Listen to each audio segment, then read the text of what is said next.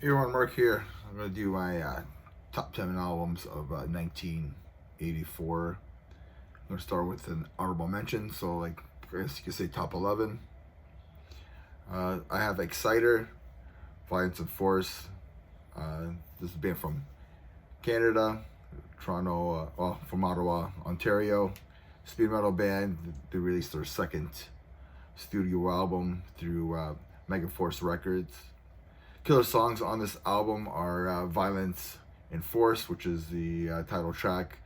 Scream in the Night, Pounding Metal are awesome tracks on this album, so that's my honorable mentions. Exciter, Violence and Force. So number 10, I have Metal Church, their debut album. They have like a heavy metal, thrash metal vibe to them, which is pretty cool. The album was originally released on an independent label, Ground Zero. Based on the success of the album, the band was signed to a recording contract with Elektra Records. They reissued this album in 1984. Beyond the Black is a killer track on this album. Number 9, I have Twisted Sister, Still Hungry. I think this is just a great party album, a great rock album, heavy metal. This is the band's third studio album, released May 10th through Atlantic Records. Yeah, like I said before, it was a great party album with songs like We're Not Gonna Take It, I Wanna Rock, Burning Hell is another killer track on this album. The album has sold more than 3 million copies by 1995, so it's probably sold a lot more by now, right? So number 9, I have Twisted Sister, Stay Hungry. Number 8, I have Armored Saint, March of the Saint. This is their debut album. This is the beginning of like John Bush, who would later sing for Anthrax in his career. Can You Deliver is a killer track. Bassist John Vera, he said in 2006 that the band was unhappy with the production of this album, the mix, the way that they worked, and who they worked with on this album. I guess they didn't have a good experience with this debut album. The producer and the manager let the band spend over $300,000 on their first record with the production and everything, which I guess the band's still in debt for.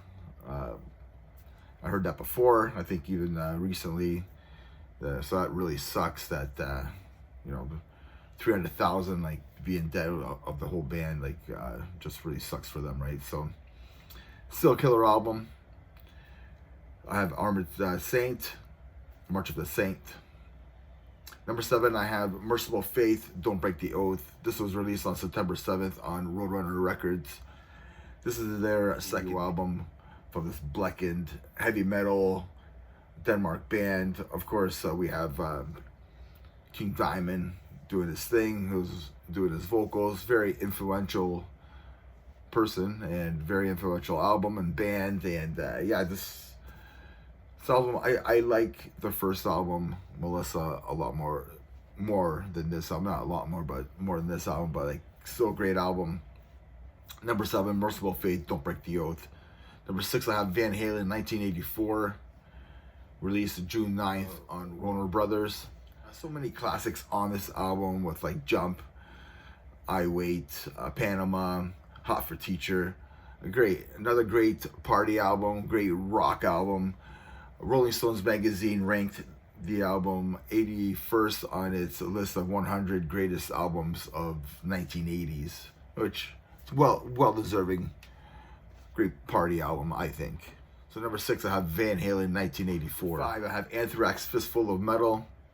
This is their debut album, released in January, somewhere in January, by Megaforce Records. Neil Turbin is the vocalist on here, his only album with Anthrax. He does a good job. I've gotten used to listening to this album more and more. The vocals kind of bothered me in the beginning, but like, what more and more I listen to this album, the more and more I get into like older like 80s metal or even rock. It's pretty good. He was a decent vocalist back in the day. Death Riders, probably my favorite song on this album. They also did a cover of I'm 18 by Alice Cooper, which Scott Ian refused to record guitars to, but the band did it anyways, right? So, number 5, I have Anthrax, Fistful of Metal. Number 4, I have Judas Priest, Defender of the Faith. This is their 9th studio album. Everybody knows who Judas Priest are. They released this album in January 13th. Of course, 1984 in the US, and then January 20th in the UK. The Sentinel is easily my favorite track on this album. Just a great all-around album. I think I did like a full review on this album with all of its history about this album and everything. So yeah, number 4, I have Judas Priest, Defender of the Faith. Number 3, I have Last in Line by Dio. This is his 2nd studio album, and everybody knows who Dio is, right? So this was released on July 2nd on Warner Brothers. The band has reached its platinum alongside with Holy Diver. I think this is like the only 2 albums that like reached that caliber. Another killer album by Dio there. If you haven't checked it out, everybody has checked out that album, right? So number 3, I have Dio, Last in Line. Number 2, I have Iron Maiden, Power Slave. This is the band's 5th studio album.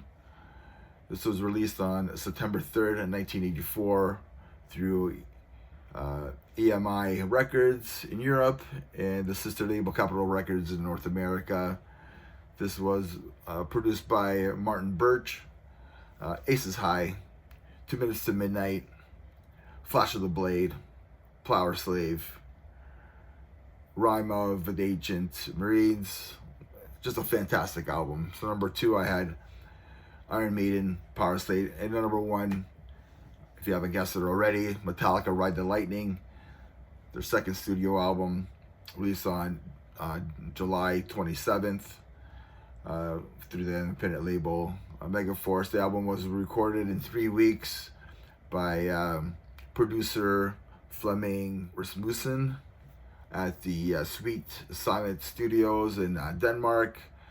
I'm gonna probably do a full review and my thoughts and a lot more stuff like that on this 40th anniversary of this album on July 27th. And remember, everybody, metal never dies. Cheers.